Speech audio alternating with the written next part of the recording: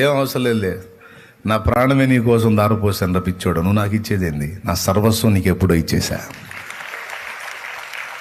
నువ్వు నాకు ఇవ్వటం కాదు నాన్న, నా సర్వస్వం నీకు ఇచ్చేసాను ఎప్పుడో. నా ప్రాణం అంతా నీ కోసం దారిపోసాను. నువ్వు నాకు ఇచ్చేదేం లేదులే. మరి చర్చి కాడ ఏదో దశంభాగం అంటారు, ఏదో కానుకలని పడుతుంటారు, ఏదో ప్రతిష్టార్పణలు ప్రథమ ఫలాలు అంటుంటారు. మరి వాటి సంగతి ఏంటి? వారు పిచ్చోడు, ఆయన ఏం తినటానికి కాదు, చర్చికి వచ్చే మీకోసమే రా అయ్యా. నాకెందుకురా? నువ్వు తీసుకొచ్చేదంతా నీకే వాడబడిద్ది. హల్లెలూయా.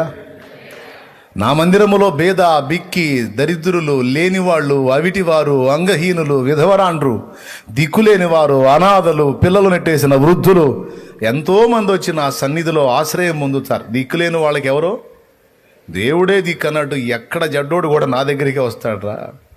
మైండ్ ఉన్నోడు, మైండ్ పోయినోడు అందరు నా దగ్గరే కాసుకుంటారు. లోకంలో ఎక్కడ దొరకపోయినా, లోకంలో వారు ఎవరికి ఏమీ కాకపోయినా వారు నా పిల్లలు. నాయన, నా పిల్లలు అందరు నెట్టేస్తే నానా నా దగ్గరికే వస్తారు, నా దగ్గరికే వస్తారు నా బిడ్డలు. కాబట్టి నా పిల్లలకి అంత అన్నం దొరకాల నా మందిరంలో. ఏయ్, ఇది నాకు దేవుని వార్నింగ్ ఫస్ట్ నుంచి కూడా. నా బిడ్డలకి అంత అన్నం దొరకాలరా సన్నిధిలో, అన్నం లేకుండా చేయొద్దు, జాగ్రత్త అని వార్నింగ్.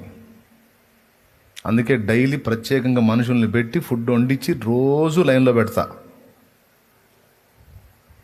భర్త చేతుల్లో తన్నులు తిన్న చెల్లి, ఇదే పుట్టిల్లు, నేరుగా ఇటే వచ్చింది, ఎటు బాధ ఇడిగే వచ్చింది. శుభ్రంగా ప్లేట్ పెట్టుకొని వేసుకొని తింటమే తర్వాత సంగతి. తర్వాత ఎవ్వరికి అడ్డు లేదు, ఆక్షేపణ లేదు. ఆకలైతే ఏం లేదు. కన్న బిడ్డలాగా నా బిడ్డ, నా ప్రభు బిడ్డలు ఎప్పుడు సమృద్ధిగా.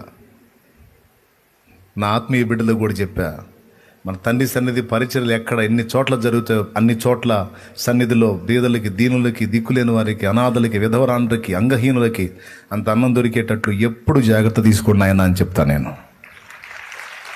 కొంతమంది ఈ మాటలు సీరియస్గా తీసుకున్నారు, ముందుకెళ్తా ఉన్నాయి పరిచర్యలు. కొంతమంది ఇంకా ఇప్పుడిప్పుడే లైన్లోకి వస్తున్నారు, వాళ్ళు కూడా కొంచెం మ్యాటర్ని సీరియస్గా తీసుకుంటే ధన్యులు.